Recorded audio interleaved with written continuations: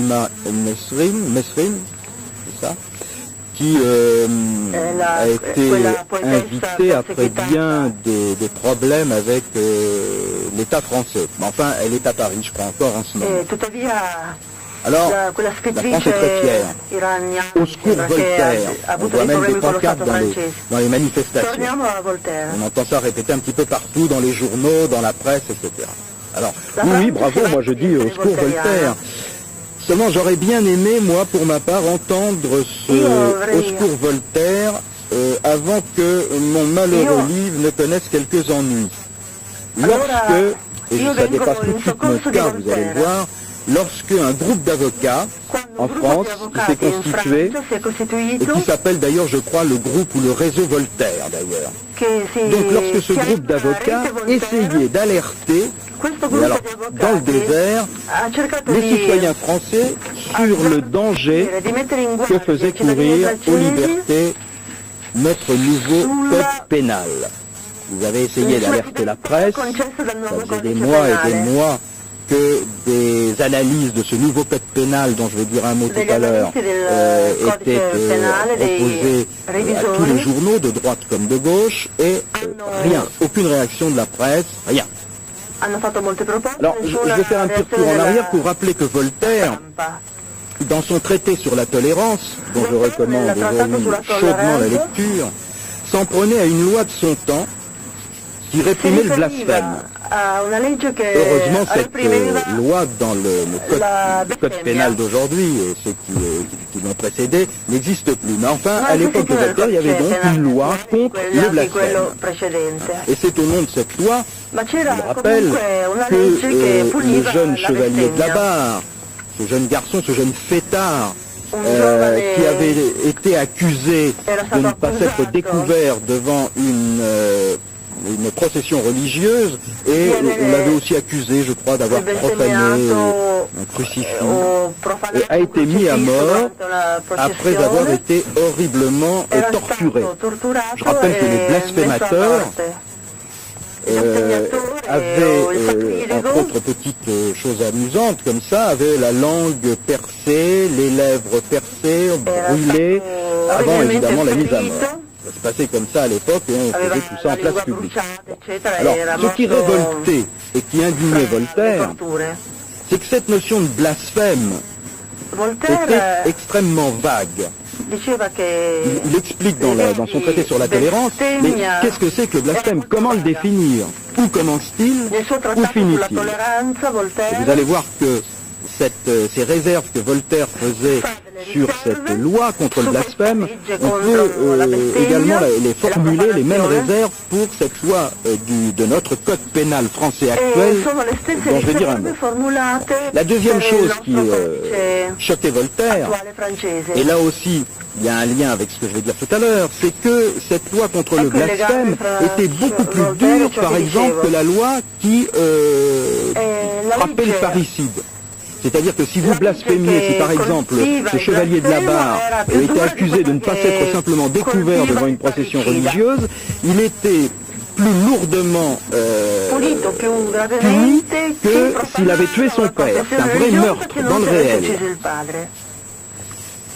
Alors, il me semble que dans ce nouveau code pénal français, qui est entré en vigueur l'année dernière, au mois de mars, juste au moment d'ailleurs où mon livre paraissait, aux éditions du Seuil, il y a des articles de loi, et notamment un article de loi que je vais citer, qui me paraît particulièrement, et je ne suis pas le seul, scélérat. Et je crois que cet article de loi est une sorte, ceux qui l'ont rédigé probablement n'y ont pas pensé, mais je pense que c'est une sorte de rejeton de cette vieille loi contre le blasphème qui existait dans l'Ancien Régime et qu'a dénoncé Voltaire. Alors, je vais rappeler simplement en deux mots comment j'ai découvert moi cet article de loi, puisque les Français ne le connaissaient pas, il n'y avait pas moyen de faire entendre les analyses des avocats quand même qui étaient alertés. Je publie donc ce livre Adoration perpétuelle. Ce livre, comme je l'ai dit, mettait en scène Courbet. C'est un roman. Bon, il y a des personnages qui sont des personnages de fiction. invention pure, et puis il y a toujours, comme dans presque tous mes romans, des personnages réels de l'histoire, souvent des artistes, parce que je m'intéresse beaucoup au lien entre l'écrit et l'image. Donc les deux personnages principaux de ce livre sont Courbet et Fourier, utopistes du social, ce qu'on a appelé des grands du socialisme utopique. Bon. Alors, je ne vais pas vous raconter le livre, c'est une histoire de pièce de théâtre, les personnages, donc il y a une mise en scène qui est faite par un ami de l'écrivain Jean Genet, et bon, la pièce n'arrive pas à se monter, mais les deux personnages de cette pièce sont donc Courbet et Fourier, et dans le roman, le tableau, l'origine du monde, ce tableau de Courbet qui a une histoire très très étrange, c'est un tableau qui n'a presque jamais été vu par les Français, qui avait été acheté par le docteur Lacan. À nouveau, le docteur Lacan étant mort, comme vous le savez, le tableau a à nouveau disparu. C'est un tableau très étrange. Déjà, son histoire est étrange. Évidemment, le tableau, lui, est aussi un tableau très impressionnant, comme vous pourrez le constater sur la couverture de mon livre. Je vous signale, parce que beaucoup de gens ont cru que ce tableau avait été recadré pour faire la couverture. Il s'agit du tableau tel qu'il est, c'est-à-dire que le tableau tel que vous le voyez sur cette couverture, c'est le vrai cadrage du tableau réel de Courbet. Ce tableau jouant un rôle important dans mon livre, l'éditeur, c'est une collection qui s'appelle Fiction et compagnie aux éditions du Seuil, c'est une collection qui oblige à une illustration sur la couverture.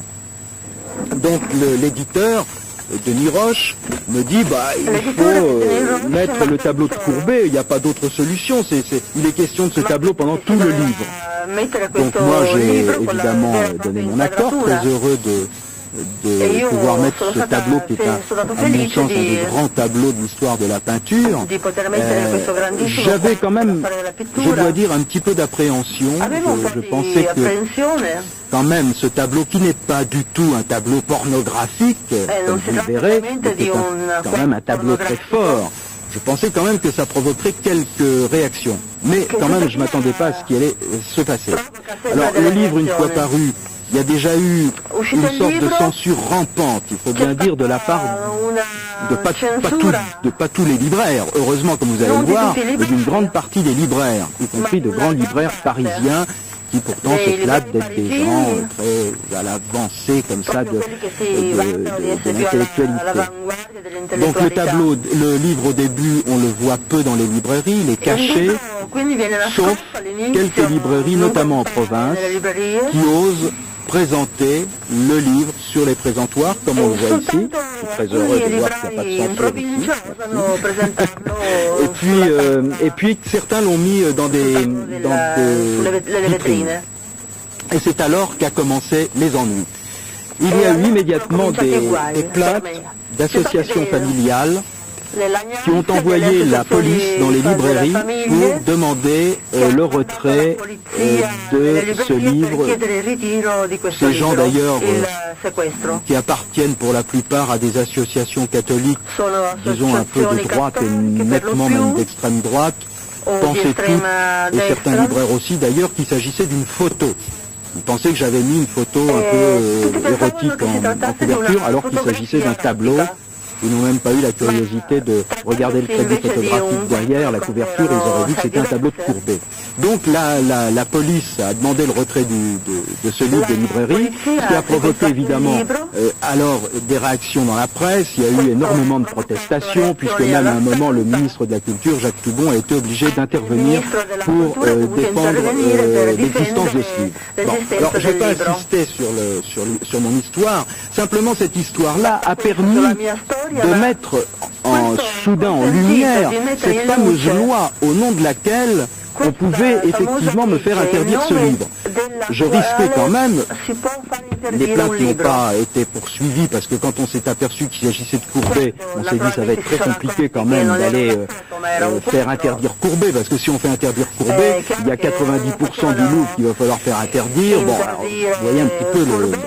Mais quand même, ça a permis donc de mettre en lumière ce fameux code pénal et une loi du code pénal qui s'appelle la loi Jolibois, qui est la loi d'un sénateur qui a rédigé cette loi, qui est un sénateur, je crois, UDF, qui est avocat et qui a rédigé cette loi que j'appelle, donc qu'on appelle une loi scélérate. Alors voilà, je vous lis l'extrait de cette loi. Alors quand même, il faut savoir que ce nouveau code pénal, qui est entré en vigueur en mars dernier, est quand même un code que l'on doit à la gauche française. C'est un code pénal qui a été rédigé par M. Badinter. Donc c'est sous un gouvernement de gauche que ce code pénal a été concocté. Bon. Il a été fait pour remplacer l'ancien code Napoléon, qu'on jugeait comme trop répressif. Or, sur ce terrain-là, si on compare les deux codes, le code Napoléon ancien est beaucoup moins répressif que ce nouveau code pénal. Bon.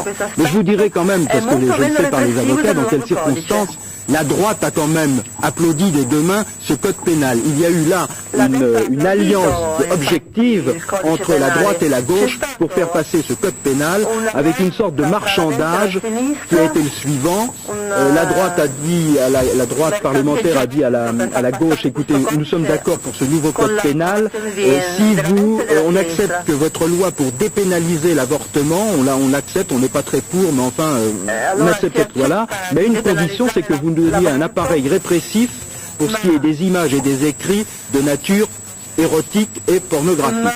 Bon. Et c'est cet accord-là qui fait que, bon ben voilà, sans problème, tout ça est passé comme une lettre à la poste, et ça explique aussi pourquoi toute la presse qui était avertie de cette loi, presse de droite, presse de gauche, tout le monde a fait silence. Là, il y avait une sorte de complicité un peu honteuse. Alors voilà l'article de loi, c'est l'extrait de la loi 227-24, je la lis, le fait de fabriquer, de transporter, de diffuser par quelque moyen que ce soit, et quel qu'en soit le support, un message à caractère violent ou pornographique, ou de nature à porter gravement atteinte à la dignité humaine, soit de faire commerce d'un tel message, est puni de 3 ans d'emprisonnement.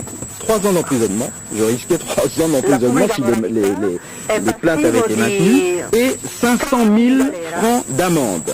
Lorsque ce message est susceptible d'être vu ou perçu par un mineur. Alors, il faut bien comprendre que, comme Voltaire disait, comment allez-vous définir un blasphème? Je mets au défi, moi, j'ai posé la question déjà à des hommes politiques. Voulez-vous m'expliquer ce qu'est un message? Bon, caractère pornographique, encore on peut le définir. Mais un message à caractère violent. Moi, je peux vous lire des pages de Jean Genet ou de Sade que n'importe quel mineur peut trouver dans une librairie. Ça tombe évidemment sous le coup de cette loi. Bon. Essayez de définir ce qu'on appelle une image ou un écrit qui serait de nature à porter atteinte à la dignité humaine. Qu'est-ce que ça veut dire? Quel tribunal va définir ce qu'est une atteinte à la dignité humaine? Bon, moi je peux, d'ailleurs ces gens qui ont porté plainte considéraient que le Courbet, et probablement des quantités de peintures de nus dans les musées, portent atteinte à la dignité humaine. Les femmes très féministes à une époque nous expliquaient qu'il ne fallait pas mettre des images de femmes nues parce que c'était un objet sexuel, etc. Bon, c'est une loi qui est incroyable. Alors les avocats, ce groupe, ce réseau Voltaire a essayé d'analyser cette loi pour en montrer les dangers. Il est bien évident que une quantité de tableaux de Picasso, de Courbet, de Bacon et des Gonchil tombent sous le coup de cette loi, de même pour la littérature. Alors, ce qui est aussi intéressant dans ce code pénal, c'est que moi je me suis amusé sur le conseil de ces avocats, je me suis amusé à le regarder de près ce code pénal. Et de même que Voltaire s'indignait de voir qu'un crime réel était moins puni que ce fameux blasphème, eh bien, dans ce code pénal, vous voyez par exemple que si vous pratiquez des... Alors, c'est pas le viol, hein, c'est pas le viol, mais là aussi, il faut savoir ce que ça veut dire. Si vous pratiquez des violences sexuelles sur un mineur, violences sexuelles, hein, pas dans un livre, pas dans des images, eh bien, vous n'êtes à ce moment-là puni que de 2 ans de prison. Oui, alors, c'est très intéressant de voir que c'est le symbolique qui est durement touché. Et que dans le réel, il y a une autre loi, par exemple, moi qui m'a absolument stupéfiés. C'est les profanations de tombes. Vous savez qu'il y a eu cette histoire de tombes juives et de cadavres qui ont été profanés dans un cimetière en France. Bon. Eh bien, une vraie profanation de tombes, une profanation de cadavres est moins punie que ma petite histoire avec mon Courbet. Alors, quand je dis qu'il s'agit d'une véritable loi scélérate, je crois que le terme n'est pas trop fort. Alors, je crois que ce groupe d'avocats, le réseau Voltaire, est en train de préparer quand même un petit livre, j'espère que ça va paraître, pour analyser ce code pénal, qui est quand même quelque chose d'absolument incroyable. Alors, je vais terminer là. Je voudrais simplement dire une chose, que ce qui peut évidemment, je vais être un peu polémique à la fin, bon.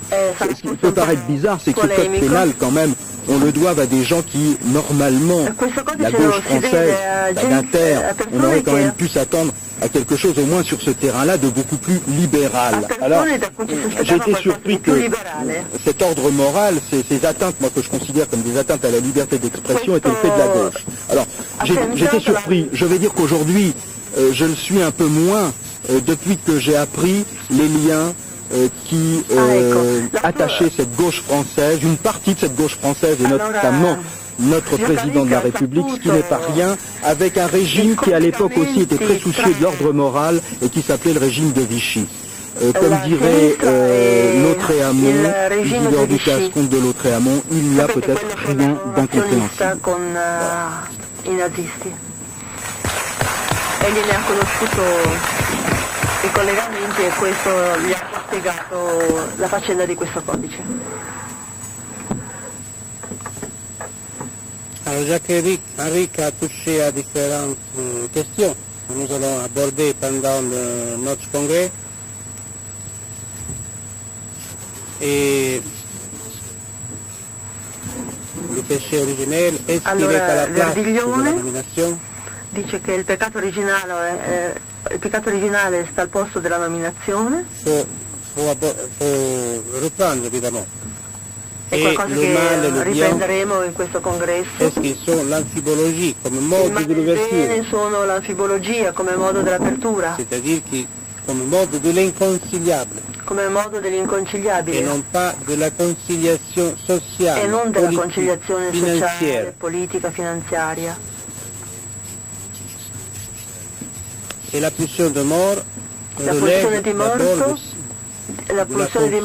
viene dalla funzione di figlio, dalla funzione dell'uno, che ancora per Freud provocava qualche problema. La peinture donc là se trouve in pari extrême. La pittura si trova dunque in una scommessa estrema.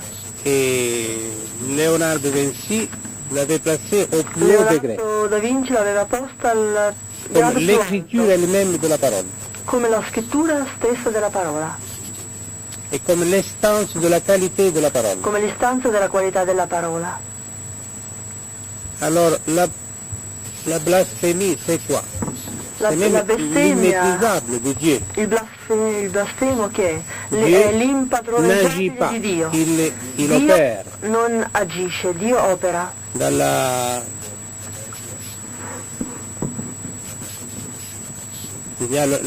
formule il dicte, donc il opère à l'écriture.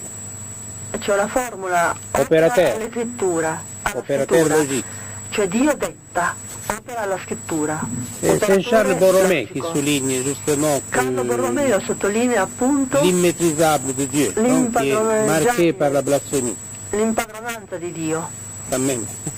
Ciò che non è padroneggiabile. Alors le code pénal, lorsqu'il veut isoler le délit d'influence, finalement, penale isola il essaie de confisquer reato di tout simplement la parole. Di circonvenzione, pour des raisons naturelles, confisca la parola per motivazioni nazionali, di conformismo, pour des raisons locales, per motivi localistici, pour la raison d'État, per la ragione di Stato, pour garder l'identification nazionale, per Et le secret d'État. preservare l'identificazione nazionale, il segreto di Stato. Ce qui a absolument éclaté en Italie et qui E questo è esploso in Italia. donc se pose comme Si pone, apparemment, non, comme le pays de la Apparentemente, corruption, du l'Italia si péché. pone come il paese Déjà della Jean corruzione Calvin e del dénonçait male, secondo la visione l'Italie calvinistica come le- dell'Italia. Par l'art Calvino proprio per l'arte, et par l'écriture et par denunciava l'invention l'Italia, comme le pays proprio per l'arte, la de scrittura. l'Antichrist. E Calvino definiva E l'Italia il innocent paese gentillet. dell'Anticristo. Ici en Suisse, à Lausanne, Qui in Svizzera, a un Losanna, Français, Hugonon, a publié le premier grand livre contre Machiavel, gli Ugonotti hanno pubblicato l'anti-Machiavel. l'anti-Machiavel. Il n'avait pas lu Machiavel, mais il avait tiré, sans le lire, des citations. Il avait Questo fabriqué libro è des stato citations scritto l'anti-Machiavel senza qui citazioni, étaient devenues senza le manuel scrittura, contre Machiavel. ed è divenuto il manuale contro Machiavelli. C'était sa leçon morale, qui disait contre la race des Florentins, Contro la razza dei fiorentini, qui à Paris, en France, produit che a la Parigi e in corruption, Francia le producono péché, la le massacres, corruzione, il massacro, il peccato, la dégénération. la degenerazione.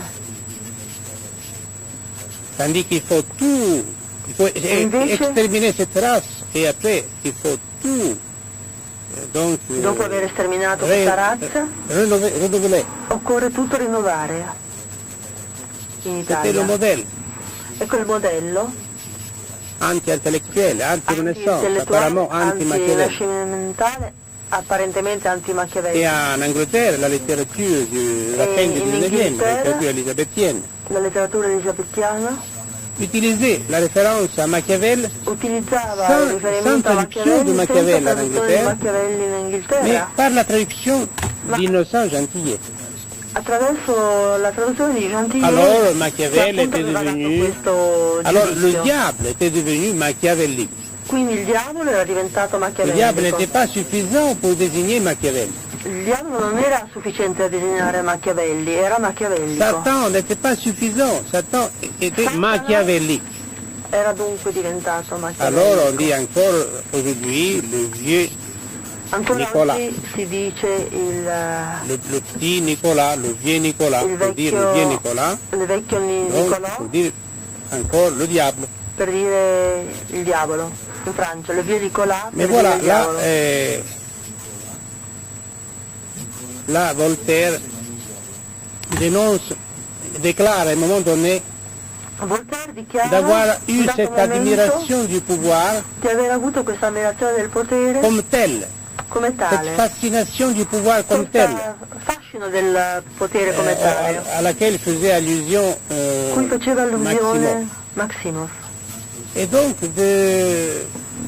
d'avoir été de quelque façon et de E loin quindi di essere stato in qualche modo alla lontana considéré ou de se considérer e di comme considerarsi le maître et le conseiller il consigliere du prince qui allait del devenir roi. principe che Federico sarebbe II. divenuto re, Federico Voilà, et notre II. anti-Machiavel. Ecco il nostro Le premier anti-Machiavello. partage de la Pologne est dû La prima à divisione della Federico II. Polonia è dovuto a Federico II. À un moment donné, Voltaire, Un dato momento Voltaire il dit donc, il intervient contre sa propre naïveté. interviene Che contro duré la longtemps quand même, propria à ce propos. ingenuità a questo proposito. Et il dit, si Machiavel Dice, se Machiavelli était vraiment machiavélique, fosse la veramente première chose qu'il machiavellico, aurait fait la prima cosa che avrebbe serait de fatto conseiller à un sarebbe nouveau stato prince di consigliare al nuovo principe devenant roi che divenisse re d'écrire di scrivere d'abord un Anzitutto, livre contre Machiavel un et libro de brûler contro Machiavelli les livres de Machiavel. e di bruciare i libri di Machiavelli. Voilà. La question de la tolérance. hein. La Donc, questione della tolleranza dunque, la tolérance de la parole originaire la tolleranza della parola et parfois la originaria tolérance e a volte la tolleranza et se place comme une sorte de représentation de l'autre che si pone come una specie di rappresentazione dell'altro e della differenza. e della differenza. Non pas tolérance de l'autre, tolérance de la différence, mais tolérance des autres, diversifiée avec leurs signes, leurs marques, degli altri diversificati, delle differenze, che è già un razzismo perché si fonda sulla diversificazione. Alors, voilà, Jacques Aric a ajouté le pont entre la peinture e il male, fra la pittura e il male, col qui suo va libro apparaître prochainement en Italie, et Adoration che uscirà perpétuelle, tra poco in le roman, Italia, qui est paru e récemment anche con Adoration Perpetuelle, questo libro di cui si parlava prima, uscito in Francia da poco. Cet article du code pénal, il a pu être approuvé aujourd'hui. Allora, l'articolo che Jacques Aric ha letto, il y a pas tous les jours, mais il y a régulièrement des publications en France qui sont interdites. La presse n'en parle jamais. Deux exemples, il y a eu une brochure qui est parue contre le sida, préfacée par le professeur Montagnier.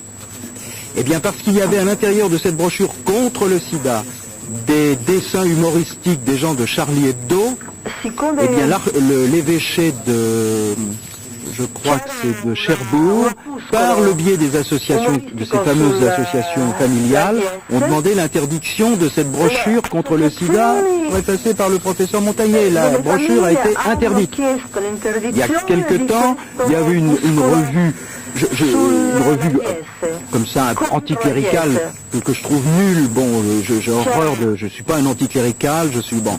Si j'ai consacré tout un livre au catholicisme, c'est que la question m'intéresse. Donc cet anticléricalisme n'est pas le mien, mais moi, je défends la liberté d'expression. Il y avait un article, une petite chose, on rigolait sur le sensuaire de Turin. Eh bien, là encore, au nom de cette loi, interdiction de la brochure. Il y a quelques années en France, dans la mouvance de mai 68, des choses comme ça auraient été inconcevables. Toute la presse aurait protesté. Là, rien. Allora, la stampa, mi aspettavo che protestasse, invece niente, non ha detto niente. L'autre jour à Milan, que la mise à l'index, l'altro giorno a Milano con padre Busa, par chaque gouvernement, l'indice est dû à la raison d'État. è dovuta alla ragione di Stato. Est dû à la raison d'État. Voilà. Et alors, je voudrais inviter... Oui.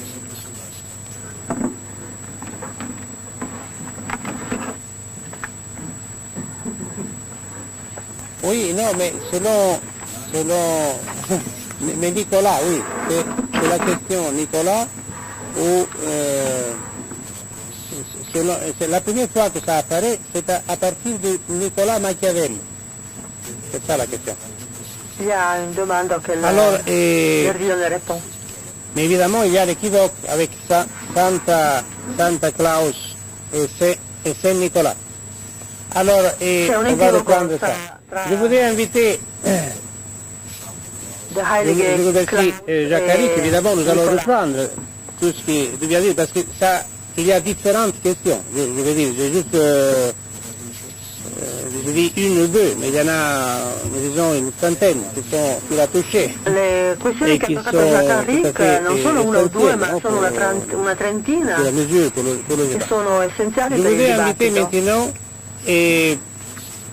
Vladimir Bukovsky viene invitato Vladimir Bukovsky per il suo intervento. Et je voudrais demander au traducteur, est-ce qu'il préfère qu'il parle en russe ou qu'il parle en anglais?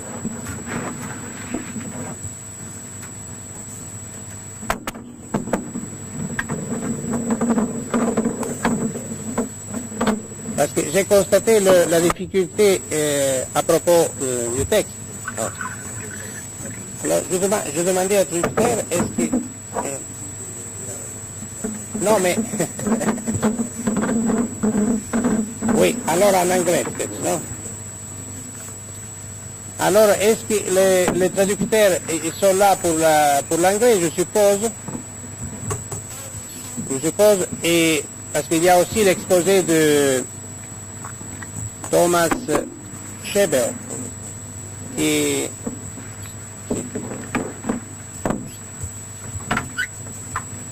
Est-ce qu'il y a traduction en russe maintenant ou en anglais de ce que je dis? Non. Oui. Est-ce qu'il y a traduction en russe de ce que je suis en train de dire? Ok. Alors je répète. Sébastien, ça va en anglais? Mais le problème, c'est que vous avez bien compris. Le problème, c'est que beaucoup de monde comprend l'anglais. Et la langue russe n'est comprise que par très peu de monde. Il n'y a pas de texte là. They don't have the translators in English. Traduire. Okay, I can try to speak Russian. Russian.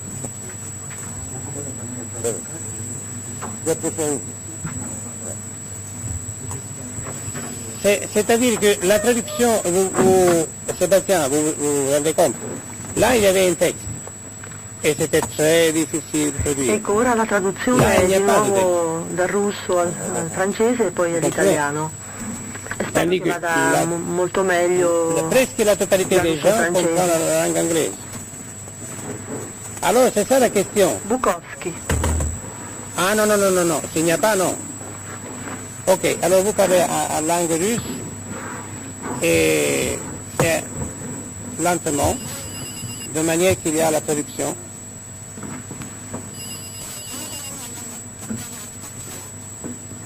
Allô? Allô?